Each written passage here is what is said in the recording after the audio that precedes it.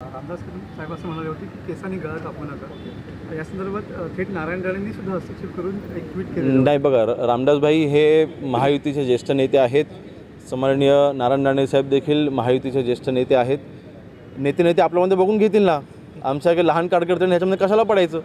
त्यामुळे आज महायुती म्हणून आम्ही एकत्र म्हणून चांगलं काम करतोय. असंच काम पुढे आम्ही चालू ठेवू. मध्यंतरी काही पक्षप्रवेश झाले त्याबाबत तुम्ही देखील एक खंत व्यक्त केली होती.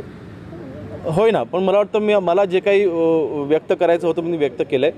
आता जे काही माझे ज्या काही मला माझे विषय मला मांडायचे आहेत ते मी भाजपच्या ज्येष्ठ पदाधिकाऱ्यांकडे मी विषय मांडेन. भाजपच्या पदाधिकाऱ्यांशी संपर्क केल्यानंतर त्यांची प्रतिक्रिया काय होती, कारण या कार्यक्रमात आता आमची भेट झाल्यावर प्रतिक्रिया कळेल. परंतु मला वाटतं शेवटी महायुती बघा, शेवटी लोकसभा उमेदवार म्हणून कोणी असेल, परंतु लोकसभेची निवडणूक सन्माननीय देशाचे पंतप्रधान नरेंद्र मोदी साहेबांना पुन्हा एकदा आम्हाला पंतप्रधान करायचं आहे. त्यासाठीही आमच्यासाठी लोकसभेची निवडणूक ही